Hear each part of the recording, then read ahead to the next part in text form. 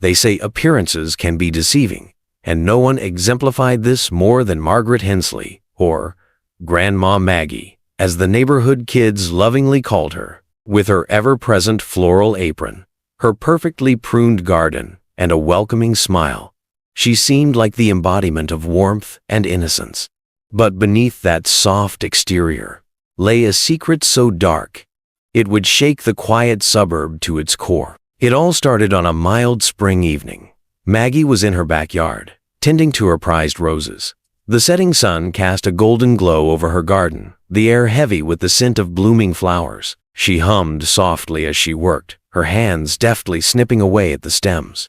From a distance, it was an idyllic scene, but the peace was shattered when her next-door neighbor, Richard Collier, stormed into the yard. Richard was a man known for his temper, and tonight he was in rare form. A petty feud over the boundary line between their properties had been simmering for months, and Maggie's decision to plant a row of hedges along the disputed line was the spark that ignited his fury. He accused her of encroaching on his land, his voice rising with every word. Maggie tried to reason with him, but Richard was beyond reason. He shouted insults, his face red with rage, stepping closer with every accusation, and then it happened.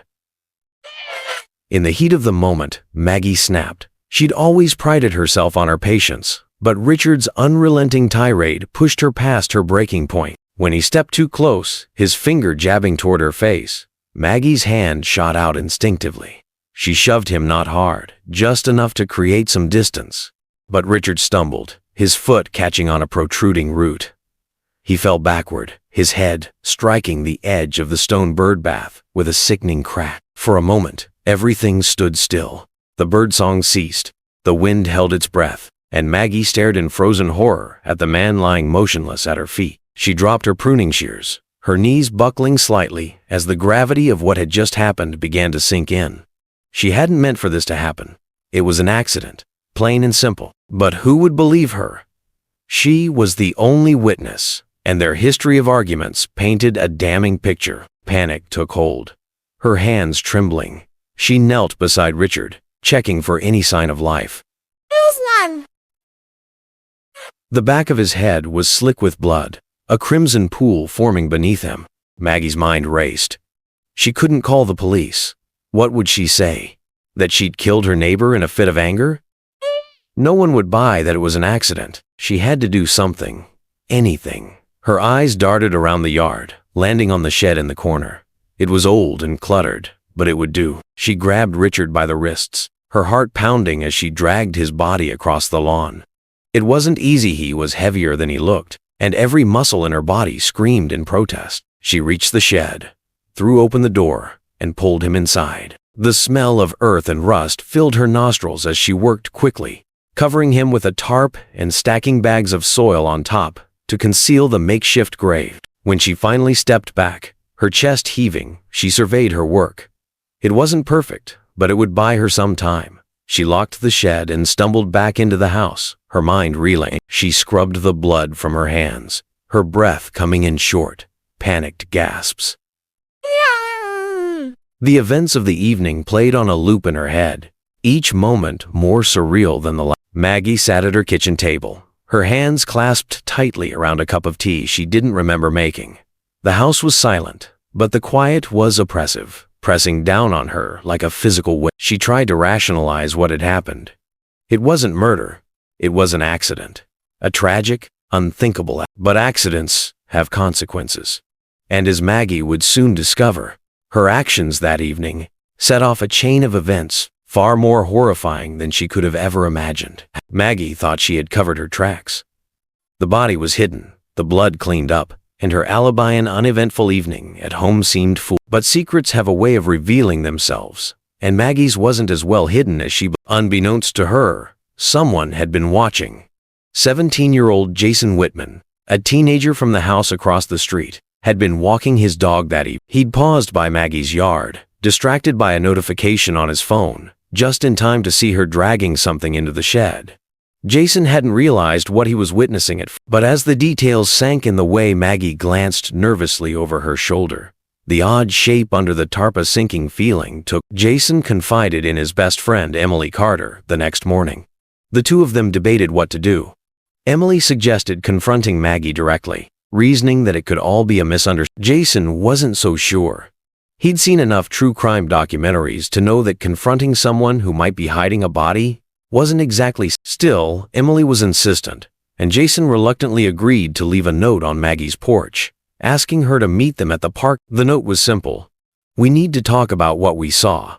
Come to the park at 7 p.m. It wasn't signed, but it was clear. Maggie found it later that afternoon, tucked beneath the mat at her front door. Her heart sank as she read it. Someone knew, someone had seen her, and now they wanted to. Panic flared again, but this time it was accompanied by a steely resolve. Maggie wasn't going to let her life unravel because of one mistake.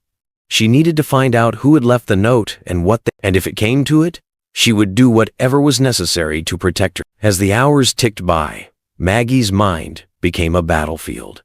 Every creak of the house, every rustle of the trees outside, felt like an omen. She couldn't shake the feeling that someone was watching her, waiting for her to slip up.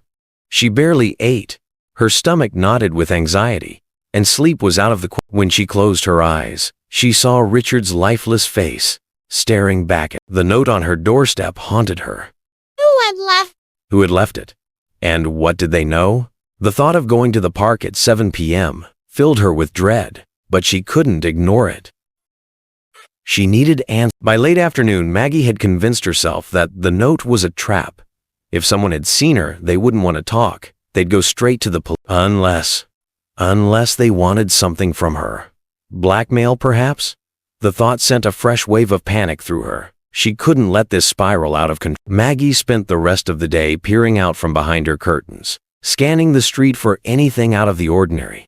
She jumped at the sound of the mail being delivered, and nearly screamed when the phone. It was as though the walls of her home, once her sanctuary, were closing in on her. When 7 p.m. arrived, Maggie forced herself to leave the house. She walked to the park, her heart pounding so loudly she could barely hear her own. The park was nearly empty, the fading daylight casting long shadows across the ground. She spotted Jason and Emily sitting on a bench, their faces illuminated by the glow of a phone. They saw her approach and stood up. Jason's expression was uncertain, but Emily's was firm, her arms crossed as if she were bracing for a confrontation. Maggie's throat went. She hadn't planned for. What could she say? What should she say? Before she could speak, Emily cut her off.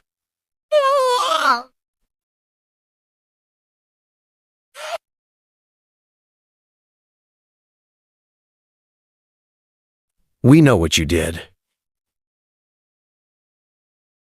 she said, her voice low but steady. Maggie's mind raced. They knew. Somehow, they knew.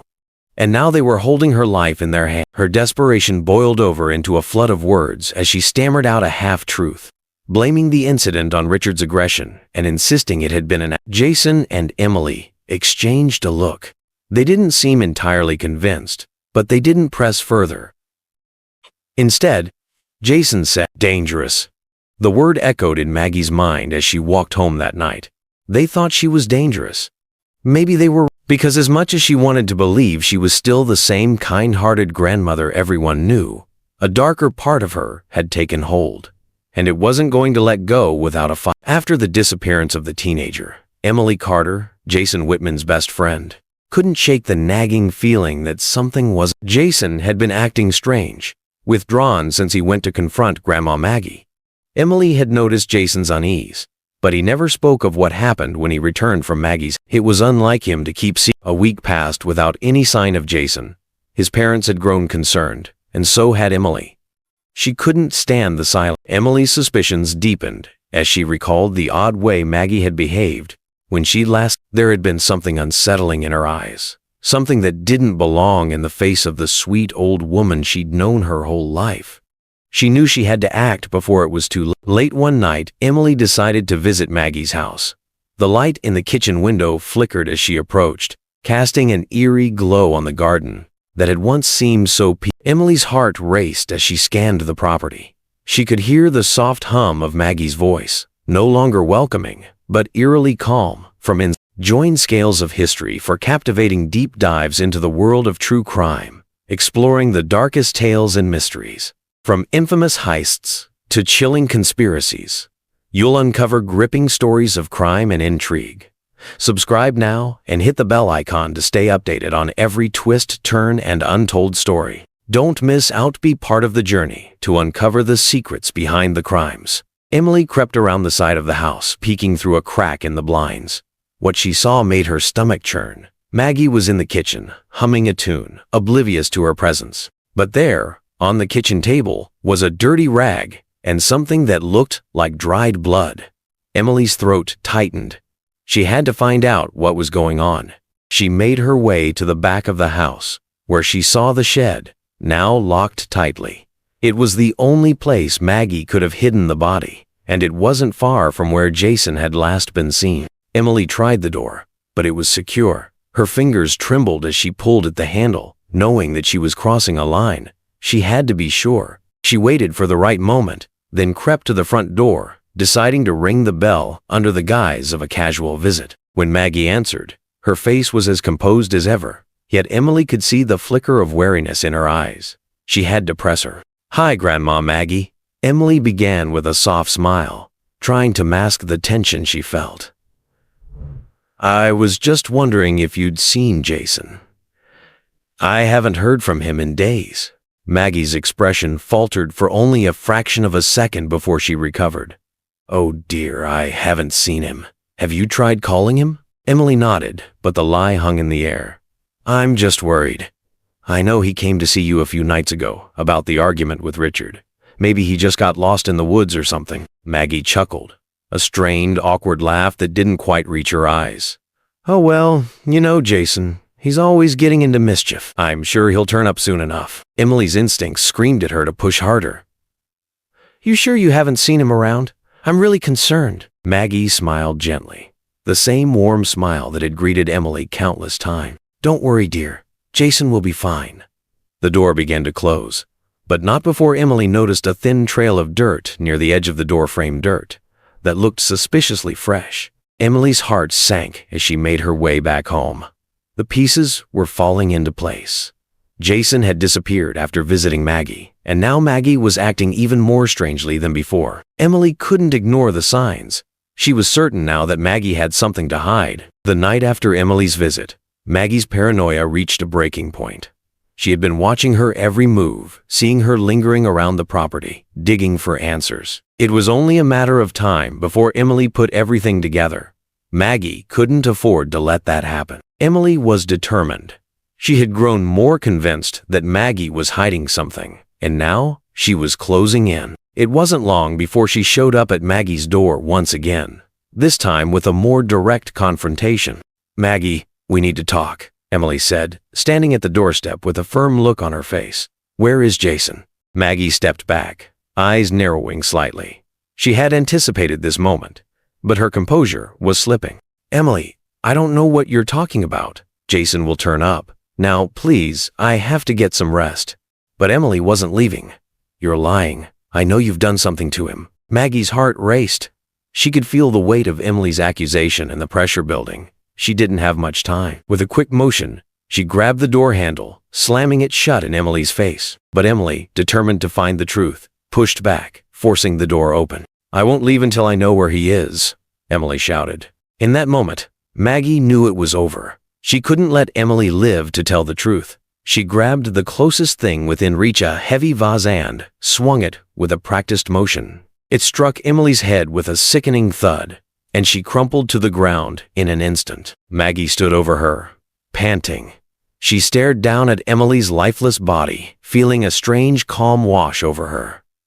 It was done. The last witness was gone. With no one left to expose her, Maggie calmly dragged Emily's body into the house. She moved with the same serene pace she always had, as if nothing had happened. Her sweet old woman facade was as intact as ever, but behind it, the truth was monstrous. The final piece had fallen into place. As the days passed, suspicion grew. Emily's disappearance did not go unnoticed. Neighbors began whispering, and the police were soon involved. Detective Harris had been investigating the strange occurrences in the neighborhood. and when Emily's disappearance was reported, it all pointed back to Maggie. A neighbor's security camera had captured Maggie dragging Emily's body into her shed, but the footage was grainy, and it wasn't enough to draw any conclusions. Still, the detective had a hunch. He visited Maggie's house, knocking on her door, but Maggie greeted him with the same sweet, innocent smile she always wore. "Detective, what can I help you with?" she asked, her voice calm. "We're just following up on a missing person case," Harris said, watching her carefully. "A teenager named Emily."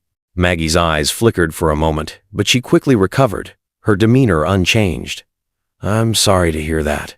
I don't know anything about her whereabouts." But Harris wasn't convinced. He asked to search the property. Maggie reluctantly allowed it, but inside, her heart pounded with fear.